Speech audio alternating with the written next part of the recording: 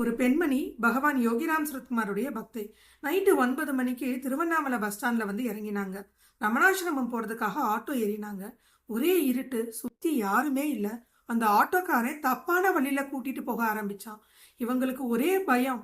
பகவான் யோகிராம் சுரத்குமாருடைய நாமத்தை தீவிரமா சொல்ல ஆரம்பிச்சாங்க. அப்போ திடீர்னு அந்த ஆட்டோக்காரன் ஐயோ அப்படின்னு கத்திட்டு வேகமா சரியான வழியில ஓட்டிட்டு வந்து ரமணாசிரமத்துல விட்டுட்டான். இவங்க இறங்கினதும் அந்த ஆட்டோக்காரன் கிட்ட நீ தப்பான வழியில தானே போய்கிட்டு இருந்த அப்படின்னு கேட்டாங்க. அதுக்கு அந்த ஆட்டோக்காரன் உங்களை தப்பான எண்ணத்தோட தாமா நான் கூட்டிட்டு போயிட்டு இருந்தேன். அப்ப வழியில ஒரு பெரியவர் ருத்ரமா நின்னுக்கிட்டு கோலை காட்டி மிரட்டினாரு. எனக்கு உயிர் பயம் வந்துருச்சு. பயத்தோட சரியான வழியில கூட்டிட்டு வந்து உங்களை விட்டுட்டேன் அப்படின்னு சொல்லிட்டு போனா.